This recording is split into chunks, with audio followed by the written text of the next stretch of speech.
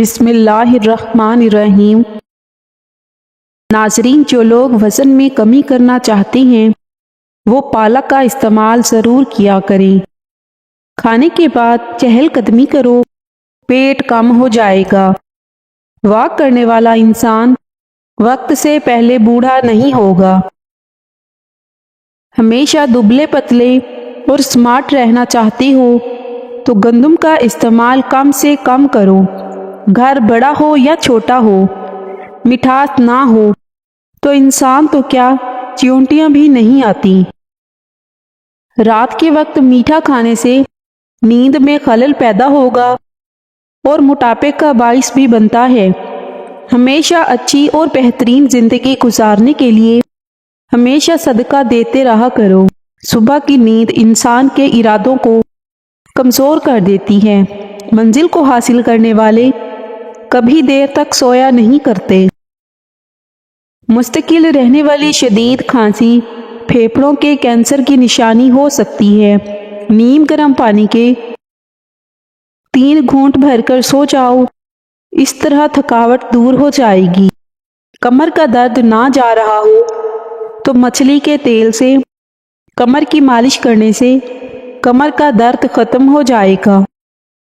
بھینس کے دودھ کے اوپر والی جھاگ چہرے پر لگاؤ، چہرہ سفید چمکتا نظر آئے گا۔ جن کو بھوک نہ لگنے کا مسئلہ ہو وہ کچا امرود کھا لیں، بھوک لگنا شروع ہو جائے گی۔ دال والا سالن کھا کر دودھ پینے سے پیٹ کی بیماریاں جنم لیتی ہیں۔ زیتون کے تیل سے گردن کی مالش کرنے سے ریڑھ کی ہڈی کو طاقت ملتی ہے۔ لونگ پر نمک لگا کر جوس لینے سے چھینکیں آنا بند ہو جائیں گی۔ گنے کے رس میں لیمو شامل کر کے پی لینے سے چہرہ جوان نظر آئے گا۔ اگر آپ کا پیٹ بڑھنے لگے تو روزانہ نہار منہ 5 منٹ ایک پاؤں پر کھڑے رہیں، اس سے موٹاپا کم ہو جاتا ہے۔ کھانے کے بعد مسواک ضرور کیا کرو، بدہضمی کا مسئلہ نہیں ہوگا۔ جو عورتیں اپنی غذا میں دودھ اور دہی کا استعمال زیادہ کرتی ہیں وہ جلدی بوڑھی نہیں ہوتی۔ سونف معدے کی گرمی کو ختم کر دیتی ہے، جس سے چہرے پر دانے نہیں نکلتے۔ خربوزے کے بیج خشک کر کے چبا لینے سے یادداشت تیز ہو جائے گی۔ چہرے پر پھٹکڑی ملنے سے غیر ضروری بالوں کا خاتمہ ہو جاتا ہے۔ دیسی گھی گرم کر کے چاٹنے سے جسم کا درد اور سوزش دور ہو جاتی ہے۔ جو کا دلیا بنا کر کھانے سے بانجھ پن کی بیماری دور ہو جاتی ہے۔ سونف زیادہ کھانے سے نزلہ زکام میں آرام ملتا ہے۔ اگر آپ کی کمر میں درد ہے تو لہسن میں ناریل کا تیل ملا کر کمر کی مالش کریں۔ نیم کا رس پینے سے پھوڑے نہیں نکلتے۔ اسٹرابیری کا رس پینے سے کینسر جیسی خطرناک بیماری سے نجات ملتی ہے۔ زیادہ زبان کا چلنا عقل کم ہونے کی نشانی ہے۔ جھریاں ختم کرنے کے لیے رات کو سوتے وقت ملائی کا لیپ کریں، چہرہ صاف و شفاف ہوگا۔ ہاتھوں اور چہرے کے غیر ضروری بالوں سے چھٹکارا پانے کے لیے ہلدی بہت مفید ہے۔ سر پر بار بار کنگھا کرنے سے بلغم خارج ہوتا ہے۔ سانس لینے میں دشواری ہو یا بلڈ پریشر کا مسئلہ ہو تو سونف کا استعمال بہت مفید ہے۔ بدن کی بدبو نہیں جاتی ہو تو پانی کے اندر عرق گلاب شامل کر کے نہا لیں۔ پیشاب بار بار تنگ کرتا ہو تو سبز الائچی کے ساتھ اخروٹ کھاؤ، بار بار پیشاب آنا رک جائے گا اور مثانے کی کمزوری دور ہوگی۔ بچوں کو فیڈر جلدی چھڑوا لینا چاہیے۔ بچوں کو زیادہ فیڈر پلانے سے بچوں کے پٹھے کمزور ہو جاتے ہیں۔ مچھلی کے سالن کی خوشبو سے آپ کے گھر میں کیڑے نہیں آئیں گے۔ روٹی کی چوری بنا کر کھانے سے پیٹ باہر نہیں آتا اور کھانا جلدی ہضم ہو جاتا ہے۔ باجرے کو شکر